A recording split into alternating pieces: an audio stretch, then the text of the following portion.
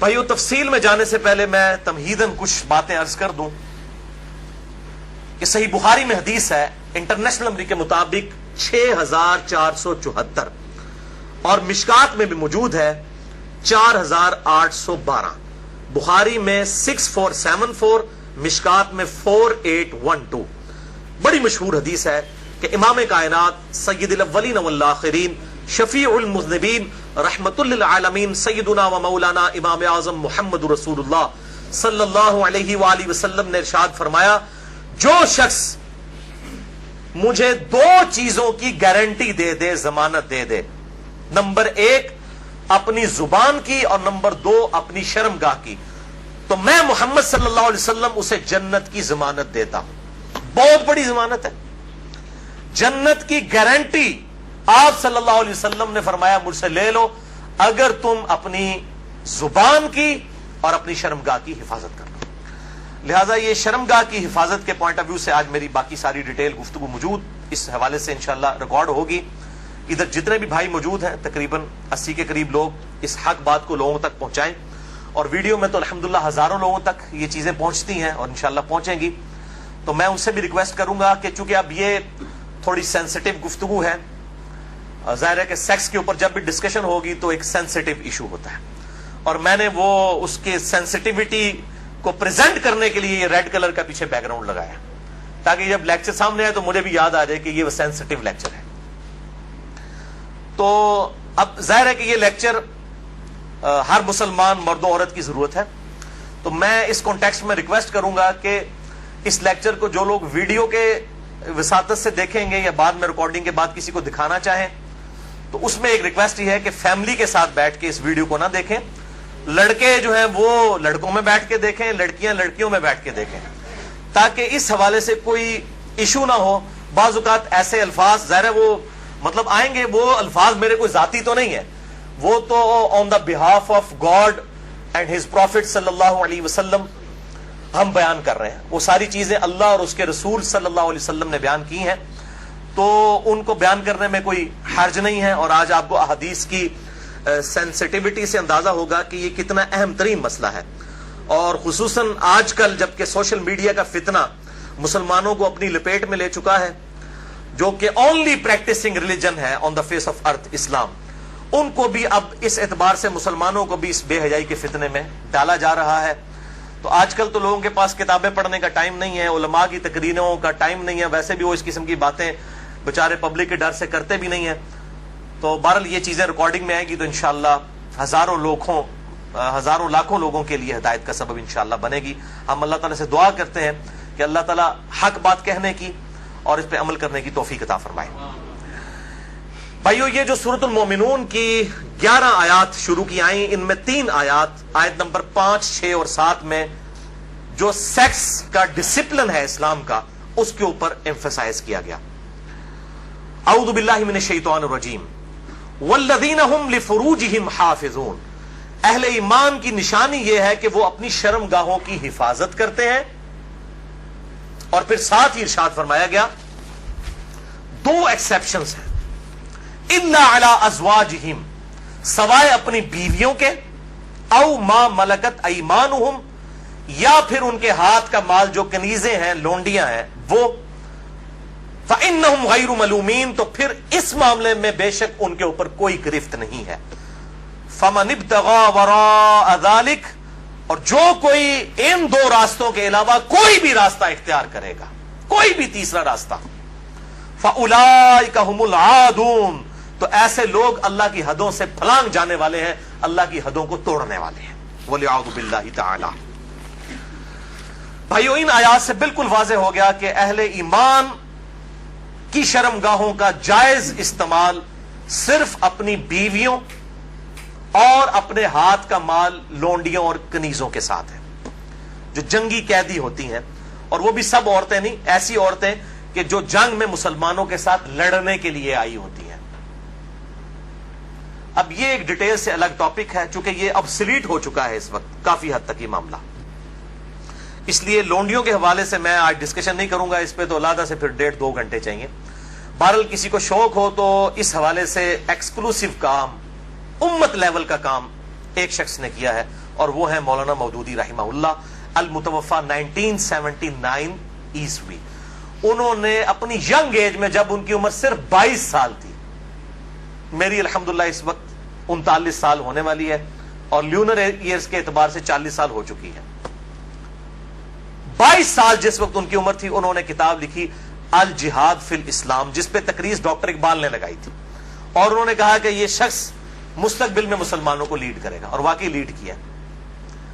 تو الجہاد فی الاسلام میں انہوں نے جو لونڈیوں کا کانسیپٹ ہے, اور اس حوالے سے پوری دنیا میں فتنہ ہمیشہ اٹھایا جاتا ہے. آج کل کچھ ویڈیوز بھی آئی ہیں, مجھے بھی کافی لوگوں نے بھیجی.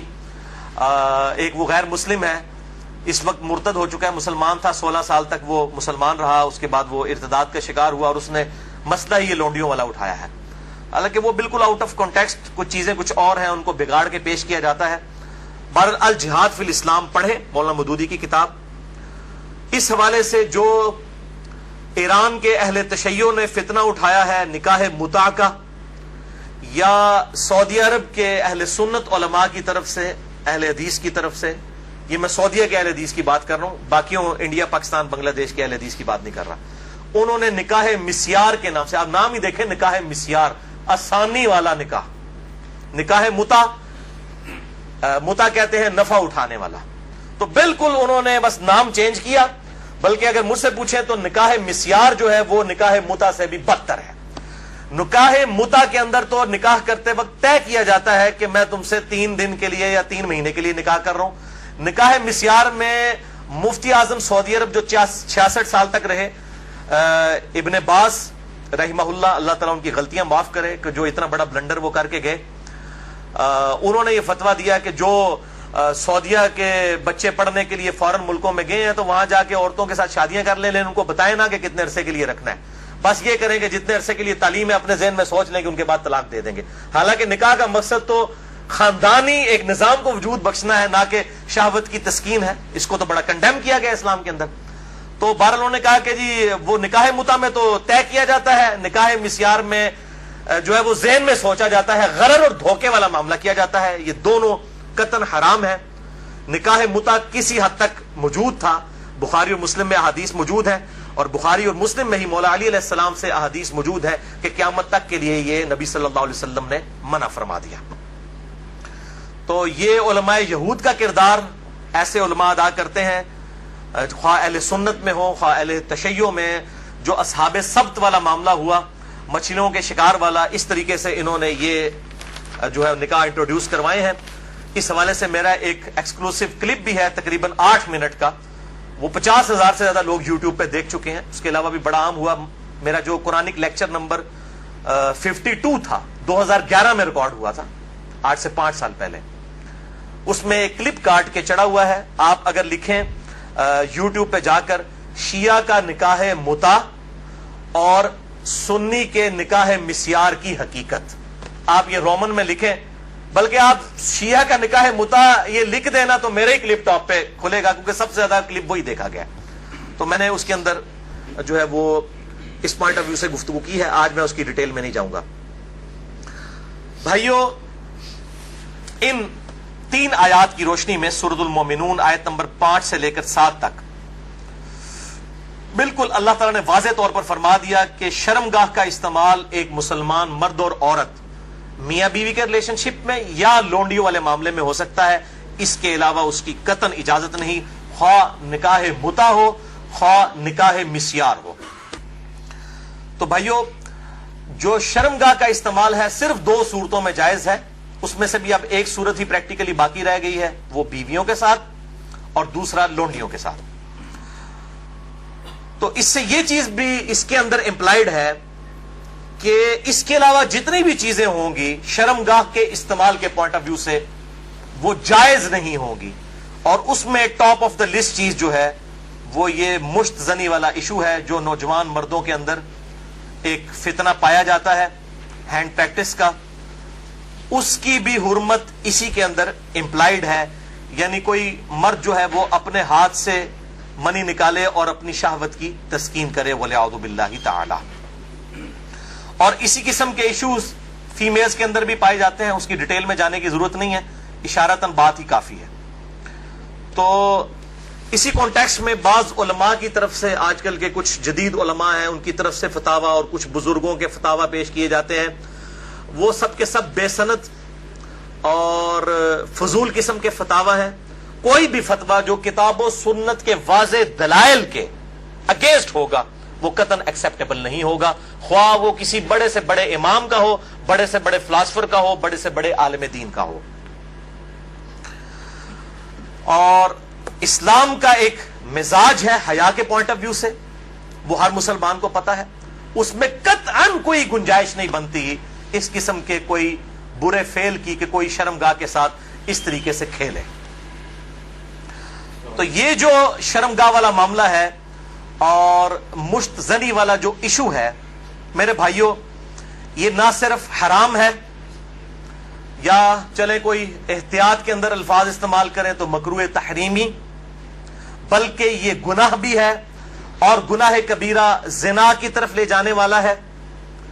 اس سے روزہ بھی ٹوٹ جائے گا اور روزے کا کفارہ بھی وہ سخت والا 60 روزوں والا ادا کرنا پڑے گا، اور ظاہر ہے کہ غسل بھی فرض ہوگا، اور کسی نہ کسی درجے میں یہ ہاتھوں اور دل کا زنا بھی ہے والعیاذ باللہ تعالی. چنانچہ اسی کانٹیکسٹ میں ایک بڑی کریٹیکل حدیث ہے، صحیح بخاری اور صحیح مسلم کی متفق علیہ حدیث ہے.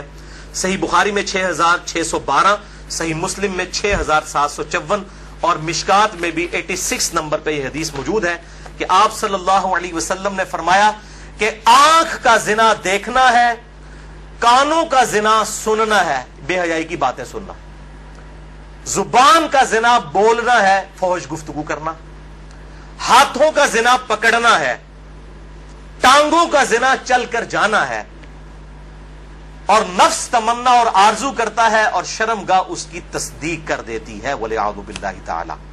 تعویل خاص کے اعتبار سے تو یہ زنا کے بارے میں ہے، تعویل عام میں ہینڈ پریکٹس والا جو مشت زنی کا ایشو ہے وہ بھی اسی کے اندر داخل ہے والعیاذ باللہ تعالی. اب ظاہر ہے کہ اگر اس قسم کی بیماری میں کوئی شخص مبتلا ہے، اس کا علاج کیا ہے؟ توبہ کرے اور اللہ کی طرف رجوع لائے.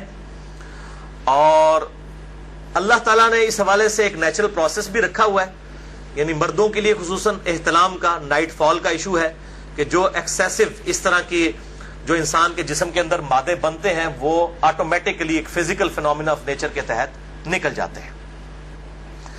بہرحال اپنی شہوت کو کنٹرول کرنے کے لیے آپ صلی اللہ علیہ وسلم نے علاج تجویز فرمایا، سب سے بڑا علاج، اور وہ ہے نکاح.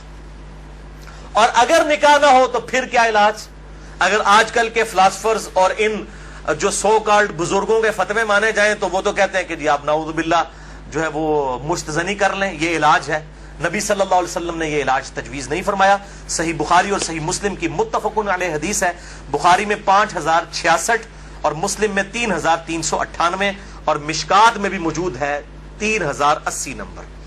آپ صلی اللہ علیہ وسلم نے فرمایا، اے نوجوانوں کے گروہ، تم میں سے جس کے پاس استطاعت ہے وہ نکاح کرے، یعنی جو فائنینشلی سپورٹ کر سکتا ہے، جس کے پاس اتنا خرچہ ہے کہ معاملات کو لے کر چل سکتا ہے. یہ فائنینشلی میں کیوں کر رہا ہوں؟ وہ حدیث کے الفاظ اس کی حفاظت کر رہے ہیں. اگر کوئی شخص استطاعت نہ رکھتا ہو، اسی حدیث میں آتا ہے آپ صلی اللہ علیہ وسلم نے فرمایا، تو اس شخص کو چاہیے کہ وہ روزے رکھے. یہ روزے رکھنا اس کی شہوت کو ٹھنڈا کر دیں گے.